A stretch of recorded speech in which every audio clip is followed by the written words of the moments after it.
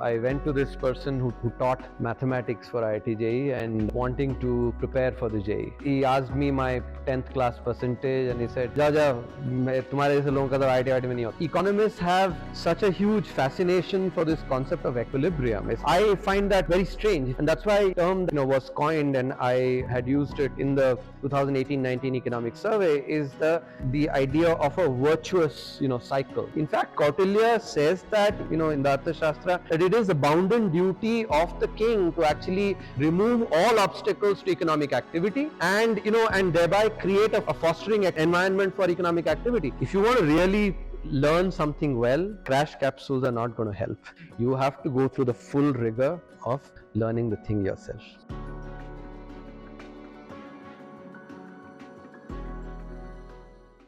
Greetings everyone. In this edition of Exploring Minds, we have with us the current Executive Director at International Monetary Fund, who also served as the 17th Chief Economic Advisor to the Government of India, a fabulous teacher, an amazing singer, Dr. Krishnamurthy Subramanian. Welcome to the show, sir. Thanks a lot. My pleasure being here. So, before demystifying the Indian economy, sir, please tell us some interesting experiences that you had as a child, which shaped your personality. 50 years plus now, so there are many experiences. Of course, over time one accumulates experiences. There are a few, so this may be funny, but when I was very young, people would ask me, maybe I guess when I was 9 or 10 or whatever, people would say, what do you want to become when you grow older? My answer was I wanted to become engine driver, railway engine driver. Why? Because I used to at that time think that engine driver gets to travel everybody without having to my father used to work in the Indian Railways, and so we're on vacation, we take trains and go, and the train somehow used to go everywhere, and I felt that the engine driver can go anywhere he wants, and so that was a very interesting in terms of if I look back on my childhood, and so I come from a lower middle class background. So if, let's say, when I was 17 or 18, if there was a Akashvani that had come and said that, you'll get to occupy this post or that post, either of those posts, that is, I would have said, what are these posts? I don't even know what they are. That's a kind of sort of background I come from. So I think the one event that I still recall fondly, and I put a post on LinkedIn on this as well, is when I decided to start preparing for the IIT JEE. And when I look back at my life, and that's just as a side note, to me still making it to IIT Kanpur actually with a top rank was by far, I still rank that as my biggest jump in life, because coming from the sort of a first person in my lineage to go to university, coming from a small town. So my aspirations would have been very different, if I had not gone to IIT. My aspirations got set by the group that. So in that, this anecdote that I'll mention. So I wasn't that bright a student. There'd be times when some flashes of brilliance I would show, but not very consistent. I said, sir, ऐसा क्या बात है? Exam देखिए, क्यों नहीं होगा? Then he said, ठीक है, कल आ जाओ. So I go there, and then he actually hands me over, I think if I remember right, two problems from SL Loni's trigonometry, and those problems that used to be there there was this 300 problems at the end, which were really sort of tough problems. I still remember, I think he picked 2 problems from that and gave it to me. And there I was, trigonometry के fundamentals भी उतने clear नहीं थे, and then I was going and solving these problems from SL Loni. So I remember sitting and trying to. So I sat there for about 3.5 hours trying to solve those problems. Couldn't do anything. I mean, couldn't make much headway. And then I handed over those reams of paper where I tried stuff. I gave it to him. But unlike the bravado that I had displayed the previous day, this time with my head down, sort of in some sense of not having accomplished to solving the problems, gave it to him, and I said, "Sir, शायद आप सही कहते हैं कि हमारे जैसे लोगों का नहीं होगा." So I gave it to him, and then he said, "कल से आ जाना." This time, "कल से आ जाना," he said it in a far better. And I, never had the courage to ask him what did he see in that failure, what I thought was a failure at that time. But once I made it to JEE and then made it to IIT, and then my father accompanied me to thank him, and went there, and then that's when I actually was able to put two and two together. He says, ये बच्चा 3.5 घंटा बैठा था 2 सवाल बनाने के लिए, तो तभी मुझे पता इसमें बहुत जुनून है, बहुत दूर जाएगा. And I think he got that very right. If there's one aspect of me that actually I feel happy about is that I'm extremely passionate about whatever I do. And so he identified that, what he called junoon, that passion, I think. So yeah, it's, mentors like that, I think when they pick up on a strength of yours and nurture it, that's how, good lives get made. Was he the same teacher जिनका message आपने अभी LinkedIn पे डाला था? No, this is a different professor. This is a different professor. So you studied electrical engineering at IIT Kanpur. Were there some things which you picked up from electrical engineering which you applied to economics or vice versa? And how did the shift happen from deep core-tech engineering to your passion towards economics? You asked me 2 questions here. Let me answer the second question first. See, I'll be honest. Going to do engineering was more of a, sort of following the herd. Coming from a lower middle class background, me and my brother, we are 2 siblings. My father, basically, like any other lower middle class family, he said 1 doctor, 1 engineer, basically and he thought he wanted me to be a doctor. Around, I think, class 8th or so, I figured out that I'm not that good at biology. I'm pretty decent at maths. And so I told my dad I can't do medicine. God bless him, actually, he allowed me, he didn't insist on. So I went into engineering because I was good at math. And to be honest, I can look back and I have absolutely no shame in admitting that I had no clue what engineering was all about. Just because, it's like famous song, in Kayamat Se Kayamat Tak, right? Juhi Chawla says, Koi engineer ka kaam karega, that kind of that. So it's like that was what, no clue what engineering, but went in there. And then once I went there, I discovered that I like maths. But I'm not that fascinated by what I'm being taught. So that's when I sort of started exploring other things, and then talking to some professors. They gave me the idea that, finance may be an area where you could actually, take your passion for maths. And he also said you have very good extracurricular skills. So you speak very well and you're very articulate. So, if you just go into math, that skill will basically get underutilized. So maybe think about finance. And so that's how I ended up going into, to do an MBA. And then slowly and gradually, ended up liking economics. And so it's a path that I guess I was lucky to pursue. Now let me come to your first question. What aspects of engineering have I, been able to bring into economics? I think, I wrote about this in the first economics, you can go and check it out. It's the very first box, 2018-19 economic survey about the epistemology of natural sciences and engineering versus the epistemology of economics, for instance. So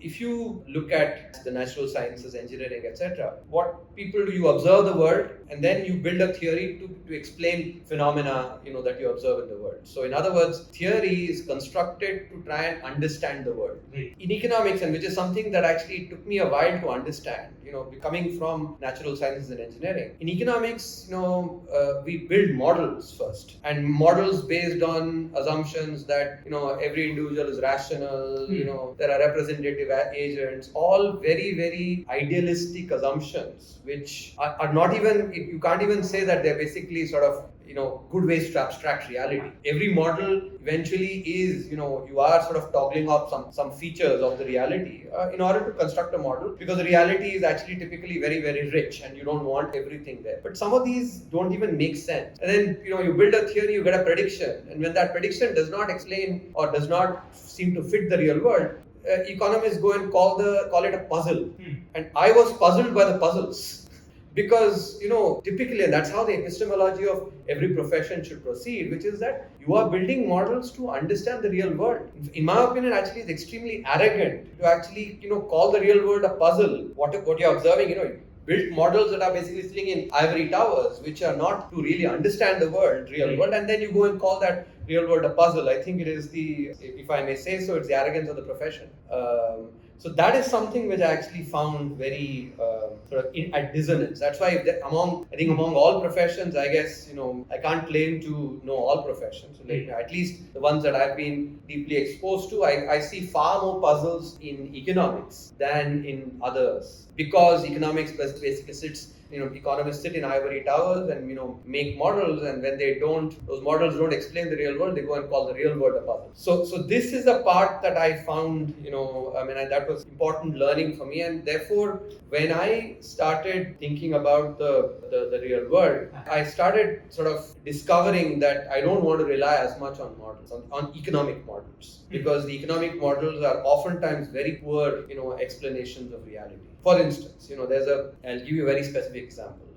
In physics, and therefore I think in economics as well, there is a concept of an equilibrium. Now, in physics, equilibrium makes sense, which is that if you take that table that is there, that table is in equilibrium. It's not moving because the net force is basically zero. That is equilibrium.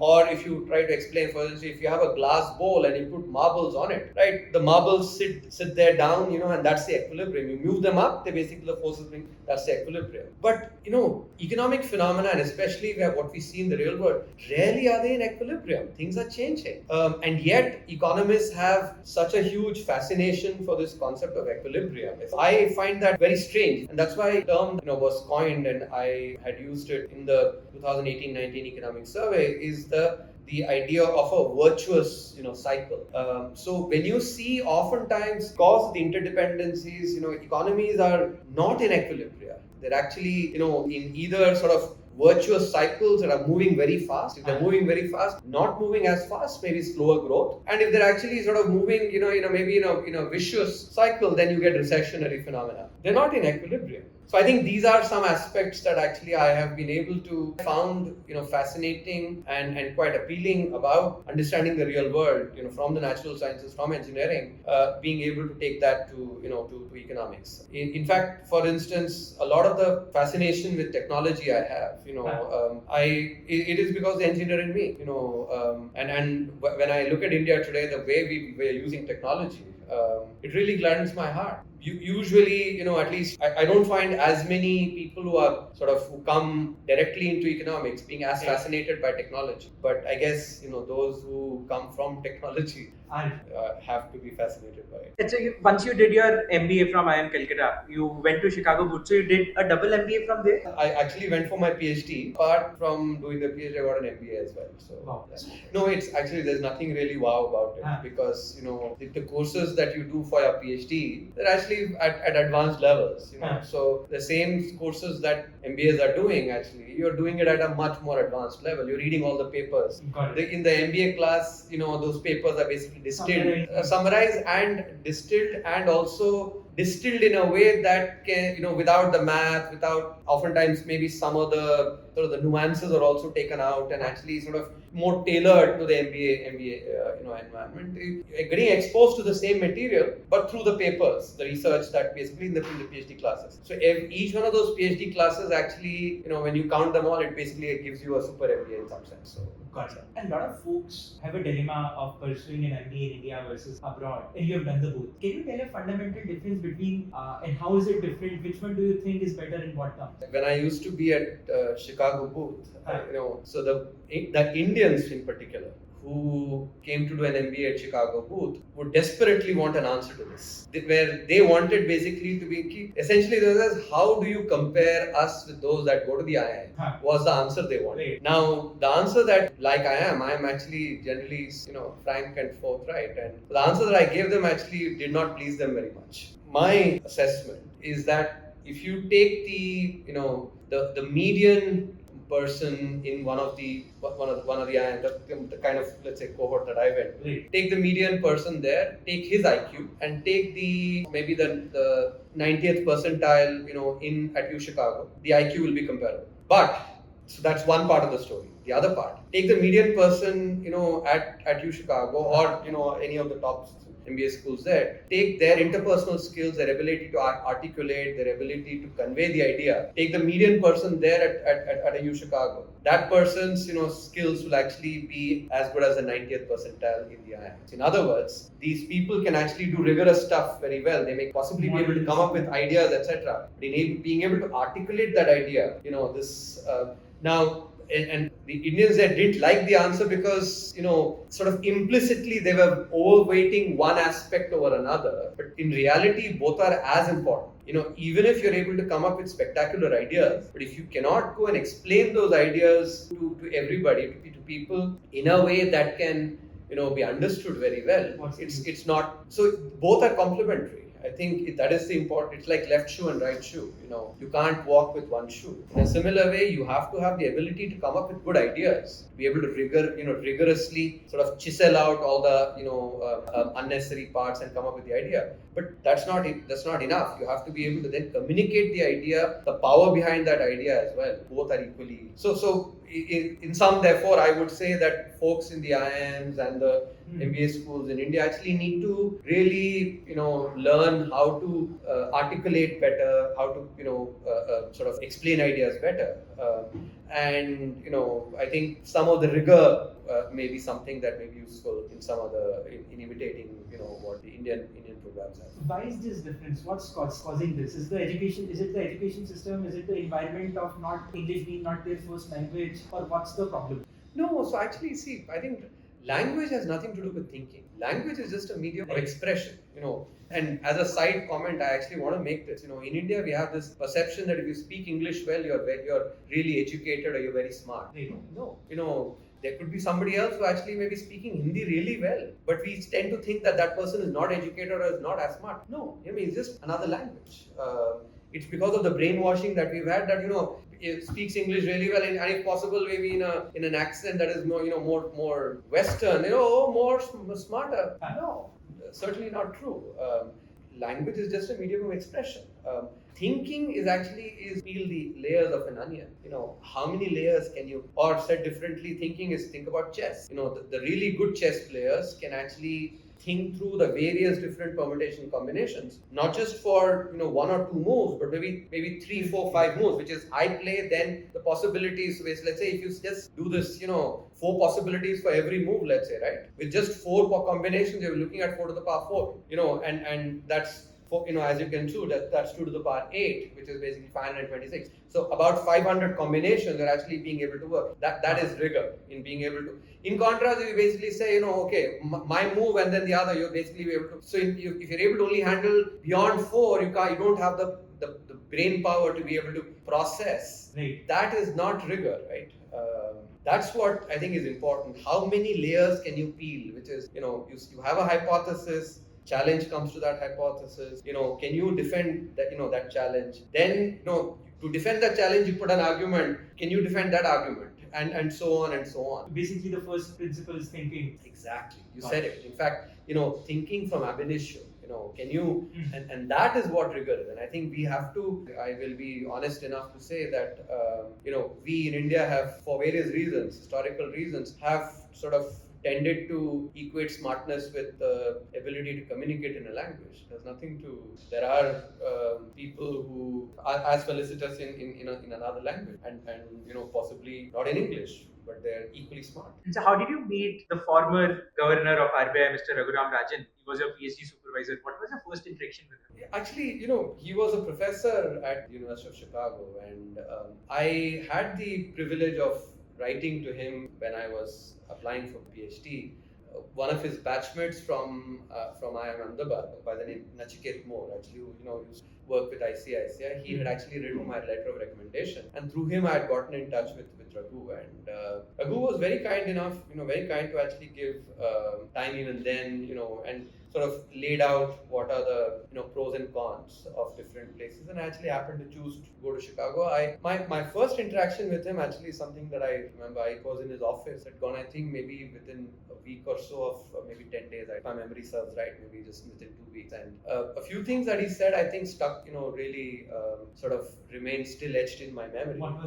So one of the things that he actually said was that the beauty of studying at a place like the University of Chicago is that you get to see greatness in flesh and blood. What he means is, for instance, there are people like him, there are people, so many Nobel laureates, and you're getting to see them in flesh and blood. And I had the sort of the first exemplification of that. So my first class in economics was taught by Professor Gary Becker, the 1992 Nobel laureate, if I remember right, 1992. So it's a sort of a literal, pinch yourself kind of phenomenon, right? Because those of us who go from India, we've not been taught by Nobel laureates. You go there, sit there, and there comes Professor Gary Becker, and since then I've been, if my last count, actually I've been taught by Nobel laureates that now runs into double digits.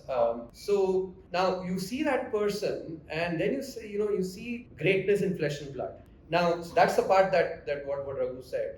Then he also said that you also see, when you start seeing them in flesh and blood, then you start believing that you could possibly be like them, and that is the most important step in this journey. And I think those are very, very profound words that any youngster can really imbibe. That and to me the illustration of that was, you would see a Gary Becker also make mistakes as in, it's not that he doesn't know it. Of course he knows it, but he's human like anybody else. But what is so extraordinary about such people is the passion they bring to what they do. So for instance, I've seen Professor Gary Becker, and I'm just using that as an example. He, even when he was 80, he would actually be there in office, at 8 o'clock in the morning. I've seen him, go and play tennis, and he would want to play tennis with the younger faculty, and and keep pace with them. That's the kind of passion, right?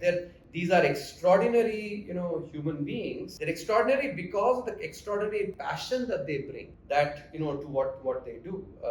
So to me, these words, I think, that of course later on, I've had the privilege of learning a lot by observing him, but these words I still haven't forgotten. Best part of being at a place like the University of Chicago is to be able to see greatness in flesh and blood.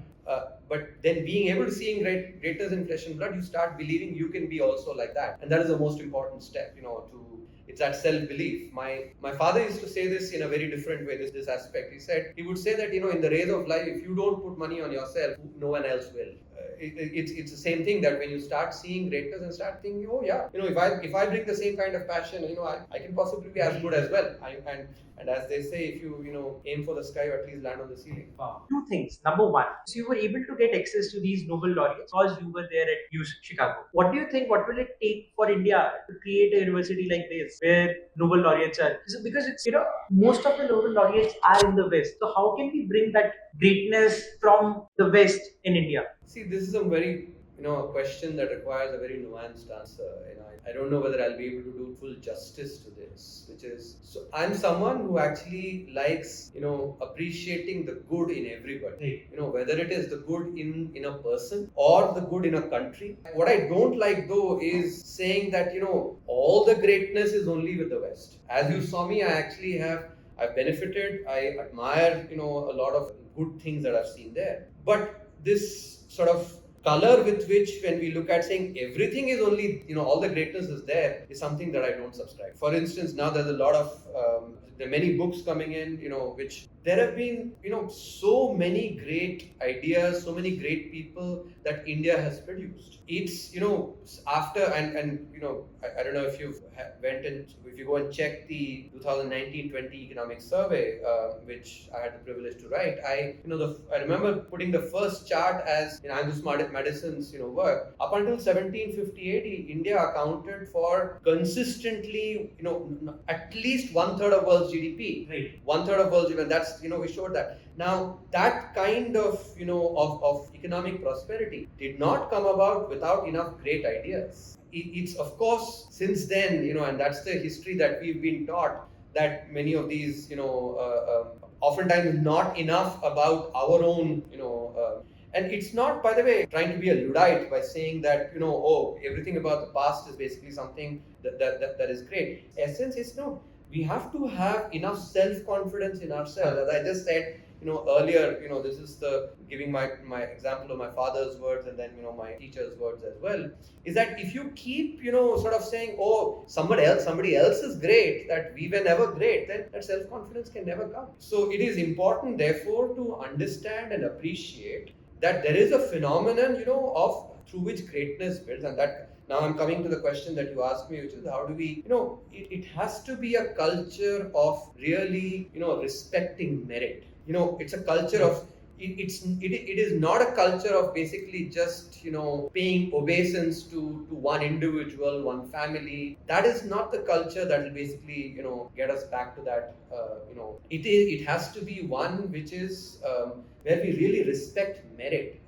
It's not a culture of psychophancy that basically, in some sense, psychophancy and merit are, sort of opposite of each other, right? So that's that's what is, in some sense important. At the same time, also appreciate, the tons of good ideas that India, gave to the world. I would strongly recommend each one of you reading this book. It's, the book is called The Imperishable Seed. This book actually goes and looks at, so many different disciplines in mathematics, starting, from trigonometry, from numbers, to all the, to even calculus, what was the contribution that India made, and using, and this is written by somebody who's actually is a PhD in physics, not, somebody whom you would trifle with absolutely, adequate research, with all the citations. I've actually gone and read it, showing that across so many disciplines in mathematics, India really came up with these ideas. Now people will say, why is it that we are not given credit? That's because in our ethos, we actually always thought about, knowledge as a public good, which basically, no notion of credit taking in that at all. We basically just, the Upanishadic thought was also about something, you acquire that knowledge because you want to go and understand the entire reality, both within and without. And that's why this concept of patenting or, intellectual property rights, etc., were some things that we basically never, really bothered about. But that does not mean that we actually have not contributed. I think some of the most seminal, ideas, innovations have come from India. And I think it is something we should recognize. We should equally recognize that today, we are not yet there, in terms of, you talked about Nobel Prizes, for instance, we're not yet there, but we have the ingredients to get back, again. I think Indians are diligent. We've always had a culture of respecting scholarship. So, with the right policy, there is absolutely no doubt in my mind why India can't be, and I think already if you see the way things are shaping up, India is starting to, occupy its rightful place in the Committee of Nations, and, it will happen going forward. In fact, by my estimation, in the next 20-25 years, we could very well be the one among the top two economies in the world. And if things go well, we could possibly also be the largest economy with some luck. जैसा आपने कहा, please treat me as an illiterate and teach us like a 15-year-old. You're saying that in the history, India was contributing to the 1/3 of GDP. उसके बाद क्या ऐसा हुआ कि that dwindled from 1/3 to this economic level? और आज की scenario में बोले तो they are saying कि India is going to reap best dividend demographic from the demographics. But this happened with China in 1980s. But within 2 decades, the population aged like thing कि अब वो सब कुछ नीचे आ रहा है. तो ये जो हम बोल रहे हैं कि इंडिया को ये सब मिलेगा, क्या ये 2 से नीचे हो जाएगा? और पुराना जो आपने जैसे बताया वो 1/3 से यहाँ तक इकोनॉमी कैसे पहुंची और उसको दोबारा ऊपर पहुंचाने की what do you think? And this is you have to answer to maybe college folks who are not economics graduate in simple plain Hindi. आपने इसमें कम से कम 5-6 सवाल सब मिला के पूछ लिया है, और इसमें से एक ही सवाल, इसको मैं एक्चुअली उस पे बोलना चाहूँ, पूरा एक आर्थिक सर्वेक्षण हमने लिखा है, आर्थिक सर्वेक्षण जिसमें कि करीब 11 चैप्टर थे, 11 अध्याय, करीब 300 पेज का 300 पेज का जो डॉक्यूमेंट है उसको आप 3 मिनट में कह रहे हो तो मतलब कठिन है। जहाँ तक हम 1750 एक्चुअली मतलब 18वीं शताब्दी में जहाँ पे थे, उससे पहले ही एक्चुअली यदि आप देखें तो ये मेरा एरिया एक्चुअली हिस्ट्री का मैं स्कॉलर नहीं हूँ, तो आपको ये चीज़ किसी हिस्ट्री के स्कॉलर को पूछना चाहिए। मैं ये जरूर बताऊंगा कि जो हमने जो 2019-20 का जो आर्थिक सर्वेक्षण लिखा था उसका थीम था एथिकल वेल्थ क्रिएशन। उसमें पहले अध्याय में हमने दर्शाया था कि यदि आप अर्थशास्त्र को पढ़ें, नॉर्थ में कौटिल्य का अर्थशास्त्र जो है उसको कई लोग उसको कोट करते हैं, या फिर आप साउथ में जाएं, हमारे पिताजी हमको बताते हैं 3500 साल पहले तिरुवल्लुवर ने तिरुकुरल लिखा। तिरुकुरल में उसमें भी काफी सारे जो आइडियाज, जैसे ये हमारा दुर्भाग्य था कि एक ऐसे देश में जहाँ की संस्कृति है जिसमें कि आप शुभ लाभ साथ में लिखते हैं, अब सामान्य व्यक्ति भी यदि उसके आप उसके सामान्य व्यक्ति के वहाँ जहाँ एक पूजा छोटा सा पूजा घर होगा वहाँ पे आप जाएंगे तो वहाँ क्या लिखा रहता है? शुभ लाभ लिखा रहता है। ये क्यों? क्योंकि एक्चुअली ये सदियों से ऐसा चला आ रहा है। हम इसमें विश्वास करते थे कि आप शुभ कार्य करिए, शुभ काम करिए, उससे लाभ बनाइए। तो लाभ को जो है कभी लाभ बनाना, शुभ काम करके लाभ बनाना, उसको उसमें कभी हमने पाबंदी नहीं लगाई। हमने मतलब हमारी मतलब जो संस्कृति है, मैं अपनी नहीं बात कर रहा हूँ ना, किसी आज की व्यक्ति की बात कर रहा हूँ, हमारी संस्कृति ने कभी उसको एक्चुअली उसको नीचा दिखाया नहीं दिखाया। लेकिन ये हमारा दुर्भाग्य था कि हम सोशलिज्म की ओर चले गए और पहले कुछ सालों में जो हमारे जिनको हम देखते थे, जो हमारे नेता, वो कहने लगे कि लाभ तो गंदा शब्द है, जो व्यापार करता है वो एक्चुअली वो गंदा है। इस तरह का एक so the notion that developed is basically that profit is a dirty word and that private enterprise is bad, that everything basically is going to be done by the government, you know. But the unfortunate part is that folks need to read, you know, the full history. If one had gone and seen, you know, what is it that made India prosperous, Kautilya, you know, writes about this. Basically, it is private enterprise. You know, before India actually started, you know, getting ravaged through, you know, by imperialistic powers, etc. We traded on some of the best, you know, value-added materials, you know, and that did not happen by basically saying private enterprise is bad, profit is bad, or, you know, or that entrepreneurs are bad. That's not how it was, or that the king will do everything. No, the king basically used to, you know, entrusted with the responsibility of encouraging business. In fact, Kautilya says that, you know, in the Arthashastra, that it is a bounden duty of the king to actually remove all obstacles to economic activity, and, you know, and thereby create a fostering environment for economic activity. What is ease of doing business? What Kautilya is talking about, he's talking about ease of doing business. The World Bank, you know, ranking, which, you know, since had been disbanded. You know, people say the ease of doing business was a new idea. No, you know, 2500 years back, Kautilya talked about it. You know, Tirukkural has, you know, talks about it as well. The reason again is not for me to say, or, you know, it is basically that live in the past. No, that's not what I'm saying. I'm saying that these ideas were the ones that actually made us prosperous, you know, respecting private enterprise, but at the same time also, for instance, Kautilya talks about, you know, there are officials who are corrupt, what should be done? So, in other words, you know, at that time itself, corruption is also something that is being talked about. What should be the optimal level of taxation? You know, for instance, if you, some very profound ideas, if you know, look at the idea of taxation that prevailed. The metaphor that is used is that of a bee coming and actually, you know, sitting on a flower. And, you know, that's a process where while the bee extracts honey from the flower, it also cross-pollinates. So it's a symbiotic relationship. If you look at the ideas, you know, of taxation, that the metaphor that is used is one of, you know, taxation should be the way in which feathers are plucked from a goose, while ensuring that the goose makes the least hissing sound. That is actually, you know, look at the metaphor, you know, it is actually it's a rapacious metaphor, that you are extracting feathers, you know, while making sure that it's, you know, it's not even talked about while giving it least pain. No. It is basically that it makes the least noise so that the noise does not pain you. You know, it's a rapacious metaphor. In contrast here, another metaphor that is used for fiscal policy is basically, you know, Kalidasa uses this, that the king should actually tax in such a way that he taxes, you know, the way clouds basically extract water from the earth only to give back in the form of clouds manifold. You know, that's what he talks about as fiscal policy. That should be. So ideas like these actually were the ones that, you know, profound ideas is what, you know, gave us prosperity.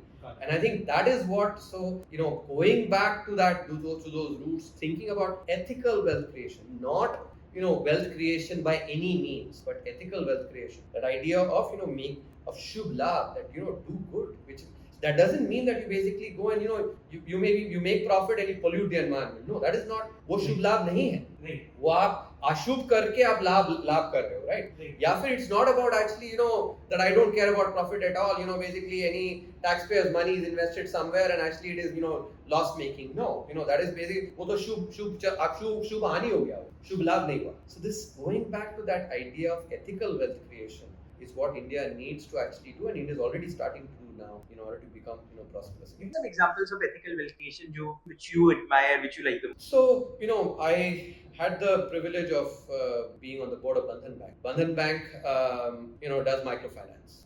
Now, microfinance, when you think about it in its pure form, it is essentially going and giving loans to the poor. So, I, for instance, had the opportunity to go and visit, some, people. So, in Bengal, because I speak Bengali well, so I actually have had the opportunity to go and speak to them as well. These are people who, somebody who may have actually been selling bangles on a ठेले में actually चूड़ियां बेचते थे, right? अब थोड़ा उनको actually उनको loan मिला तो उन्होंने क्या किया एक्चुअली, ना कि ठेले में बेचे, अभी एक्चुअली एक छोटा सा एक दुकान जो बाजार है उसमें एक छोटा सा दुकान अभी भी चूड़ियां ही बेच रहे हैं, लेकिन दुकान लगाया है। तो अब जो शायद मतलब जितना व्यापार होता था उससे एक्चुअली, क्योंकि वो ठेले पे जाते थे जितना बारी उतना ज्यादा होता नहीं था, बाजार में लगाया तो व्यापार थोड़ा बढ़ा और एक्चुअली उससे थोड़ा और बड़ा हो गया। अब उसके बाद फिर थोड़ा पहले 20,000 का लोन दिया था, उसके बाद 50,000 रुपए का लोन दिया। तो जो अब सिर्फ चूड़ियां बेचता था वो अभी चूड़ियां भी बेचता लेकिन साड़ी भी बेचने लगा। तो जो छोटा सा दुकान था जो सिर्फ चूड़ियां बेचता था, वो एक्चुअली पहले ठेले में वो एक्चुअली जाके दुकान में बेचने लगा, फिर जाके चूड़ियां भी और साड़ी भी, ऐसे करके धीरे धीरे करके। तो ये जो है एक अच्छा, इसमें एक्चुअली बैंक को बिजनेस करना है, तो छोटा सा मार्जिन अपना कर रहा है, बैंक ले रहा है। जो वही व्यापारी यदि एक्चुअली जाके वहां के जो साहूकार से यदि वो ऋण लेता, तो साहूकार क्या करता, साहूकार उसको 20,000 रुपए, कागज में तो 20,000 लिखता, लेकिन कैश सिर्फ 18,000 रुपए देता, क्योंकि that's how actually the money lenders operate, right? They basically, if they give you a 100 rupee loan, actually the loan is written as 100 rupees, but the cash they're giving you is only 90 rupees. In other words, they take the interest up front, and this may be 10 rupee interest for just a 1 week loan. And I've actually calculated the annual rates of percentage of interest. When you do the compounding, you basically look at the money lender will be giving loans to these people at maybe 250-300% rate of interest. And the microfinance institution, Bandhan Bank, for instance, would give a loan 20-25%, right? Now, why 20-25%? Because actually the fixed cost of doing all the assessment of the borrower, etc., has to be spread over a smaller denominator compared to actually if you give a 50 lakh loan, it's actually percentage terms, that fixed cost is actually much lower, right? That's why 20%. For that person, for that vyapari, right? It's it becomes actually such a huge difference between paying 300% versus paying, let's say, 30%. And the bank is also making money. So you actually you have a classic case of actually labh, but at the same time shubh as well. So this is one very good example of I would take the entire IT revolution that we know. Many of the entrepreneurs actually, people who are now kind of inspiration. Take a Narendra Modi sir for instance. He basically brought IT, used the talent that we had in India, so many jobs created, service sector grew, and even the American companies that were actually doing business, now they were actually doing it at lower cost. Win-win all over. Those IT companies grew, foreign exchange revenues came, they were paying taxes increased, win-win across the board. So when business is done in an ethical way, right, that is something that actually leads to its shubh labh. In contrast, let me give you an example. Take basically Kingfisher, Vijay Mallya, right? It's a अपने लिए तो शायद लाभ बनाया होगा, अपने जेब भरे, right? लेकिन where is the shubh in it? Nothing. There's no shubh in it. जहाँ पे एम्प्लॉइज को 3-4 महीने की सैलरी नहीं दे रहे थे और जाके अपना 60th बर्थडे में दारू पी रहे हो, that is not basically, or there's nothing shubh about it. That is not ethical wealth creation. That is, first of all, it was not even wealth creation, because actually wealth itself got destroyed. Right. And that is the other thing that has to be, if you look at companies that have survived time, right, they've generally been ones that have actually pursued the highest levels of corporate governance. They've actually done ethical stuff, because that's the long run game is one where you really sort of do it the right. So sum and substance of what I'm saying is actually, what we need to learn from history, and I think if I remember right, it's Francis Fukuyama who actually said that those who don't learn from history are condemned to repeat it.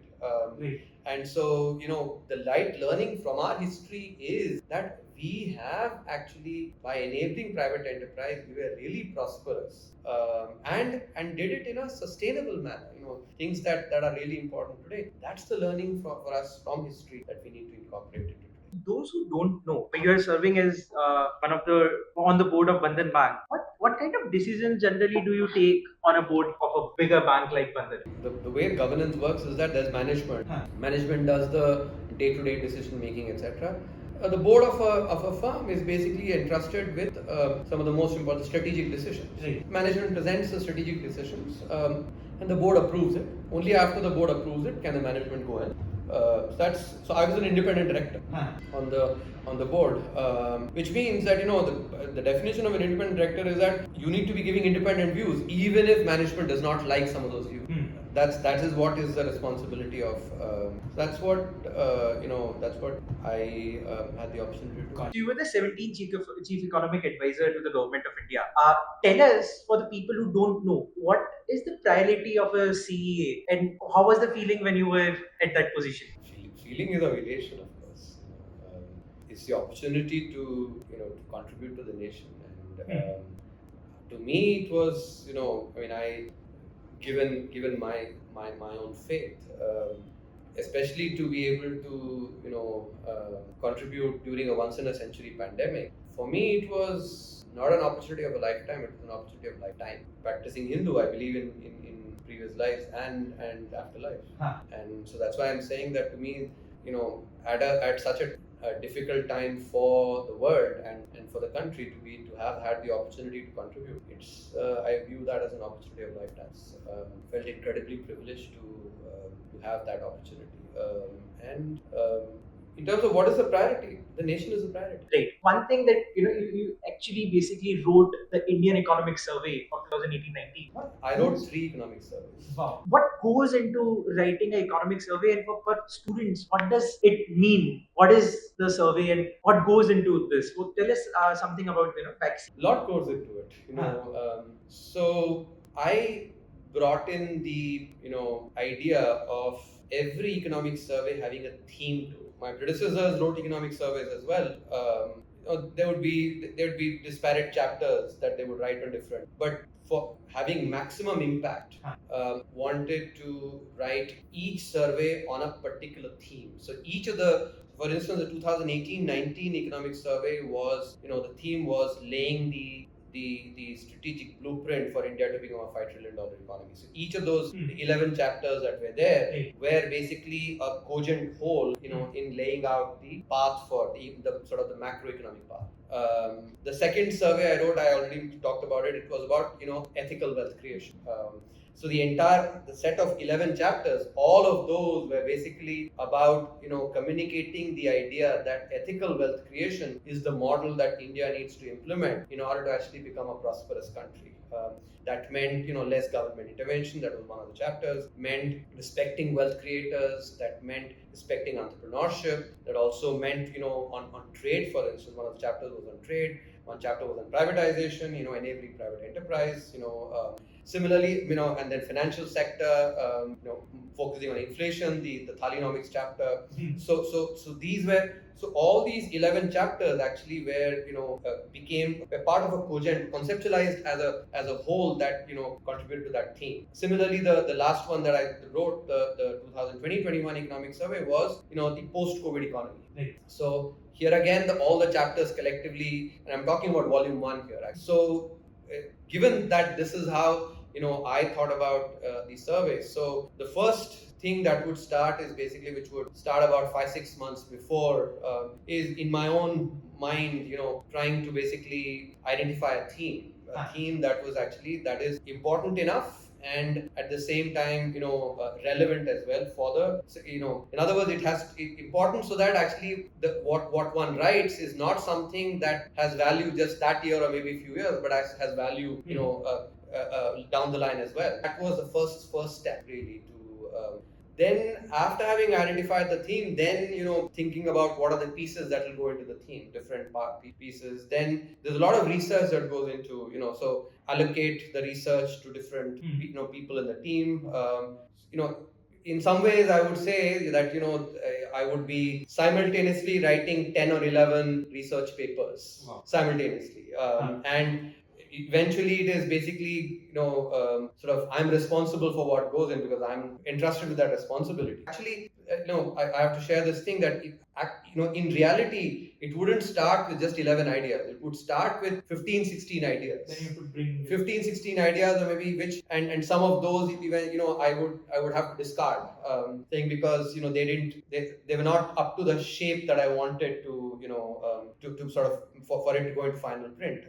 Every survey I had to convey some disappointing news to some team members. Basically, the chapter didn't make it eventually. But that's part of the responsibility. But so those 15, 16 ideas, you're actually laying out what's the empirical evidence to bring, what's the conceptual arguments, what part of economic research and maybe other research to bring to it, all that, and then after the evidence is collected, then writing it up, and writing it up, because I'm a big believer that it has to be written in a way that even if somebody who actually has no training in economics goes and reads it, should be able to understand, and because I've always believed that economics is something that actually should be accessible to the common person, and that is why the writing is something that is in communicating the ideas, very clearly. And good writing is something that doesn't happen just like that. It actually you have to craft into good writing, and so there will be multiple drafts that would be written. So what I typically would do is, and this is where some of my spiritual practices also actually were very important. About 2 months before the actual economic survey, and when the economic survey was going on, budget would also be going on, budget work also would be going on. So I would never miss some of my spiritual practices those 2 months, because I would sort of go to sleep around 11 or maybe 10, 11, and wake up at 5 o'clock, because by that time, by 3:30, 4, my team members would be burning the midnight oil. They would have all sent their stuff, and so at 5 o'clock, then I would. I'd go to office, be in office at 10, but those solid 4-5 hours is basically in the morning is when I would be going through all the. So at every stage, you're basically those 15, 16 ideas, you're parallelly, processing all of that, giving directions on, so there's a lot of iteration that goes in. So, the evidence, initially they'll bring in some evidence, which I look at, and then either I don't like the way it's come, or it is not making the point powerfully, or maybe it's not presented the way I want it. So you parallelly run all that, and then all that is put together, and then last 3 weeks or so is just writing it, and making sure every comma, every full stop is at the right place. Everything is communicated very clearly. It takes a huge amount of time, energy to build that. And I know it's a very different question. But tell me, if you have to summarize, distill all the 3 economic surveys, what will be some key highlight points, things to remember for the layman in the economy or the college? So that as part of the economic survey, that's why for every chapter I'd also created 2.5 minute videos. Those are there, if you can go and check it out, which conveyed the main idea. I'll give you an illustration, maybe 1 or 2 illustrations. So one of the chapters we wrote in the 2018-19 economic survey was on judiciary, and so the basic idea was that the judicial system needs to be streamlined, in terms of the judges, the number of vacancies there are, vacancies that need to be filled, and maybe additional judges to bring in to make sure that the backlog of cases is actually taken care of. And so to communicate that idea, I use the I don't know how many of you watched this, but it's a movie that I watched when I was your age, I guess. This is a movie, called Damini, where Sunny Deol thunders, Tariq pe Tariq, Tariq pe Tariq, Tariq pe Tariq. Judge Saab, mili hai to sirf Tariq, insaf nahi. And and that is, I think that dialogue captures so powerfully what is wrong with the judicial system, the fact that justice delayed is justice denied. And so that video captures, it's a 2.5 minute clipping, starting with this and then explaining the idea. So, sort of an example which is easy for, the common viewer to latch on to. Using the example, then explaining the idea behind I'll give you one more example. In the 2019-20 survey, we actually wrote a chapter on entrepreneurship. And when I presented that in the, in the economic survey in the National Media Center, so I used the metaphor, from Shruti Kakkad, in Band Baja Barat. Shruti Kakkad actually, as you all remember, actually, she's an entrepreneur who actually does wedding planning, right? So the idea of basically, and what we were communicating there was that there are Shruti Kakkar's, really sort of mushrooming across the country, entrepreneurs, Right. in each of the 600 odd districts in India, and so the ideas like those actually, and the communication of that is there in these videos. I would urge all of you to go and check those. You will get a very good sense of now, because you've asked me to summarize I've sort of partly done it, but let me do it again. The 2018-19 economic survey is essentially about the macroeconomic strategy that India needs to follow to become a $5 trillion economy, and thereby beyond that 10 trillion and beyond as well. The idea is very simple, which is that every country that has grown at high rates, doing research, we showed this, that every country that has grown at high rates has done through private investment. So virtuous cycle starting from private investment. That was the key idea. The 2019-20 economic survey, the key idea was essentially, as I already have said, ethical wealth creation for a prosperous India. Right. So, we have to respect wealth creators, but at the same time, we also actually have to, put the onus on it being ethically done, not in any, through any means. And then the 2020-21 economic survey was about the post-COVID, economy, where we have to actually, because the economic crisis that was brought on by the health crisis, during all over the world, the need for governments to build infrastructure, especially in India, build infrastructure, soft and hard infrastructure in the form of roads, power, and at the same time soft infrastructure, health systems, for instance. Those were the ideas in the. So those who are interested can go and look for these videos. Actually, many of these videos have both English and Hindi versions. Just 2.5 minutes, which gives you the essence of the entire chapter. There was an also interesting thing about Thalinomics, where you compare the average prices of vegetarian versus non-vegetarian thing in the country. How do you think, how it gave you the nerve check of an economy? If you can break it down. The idea here was that what is it that each one of us encounters, the most commonly? It is a plate of food.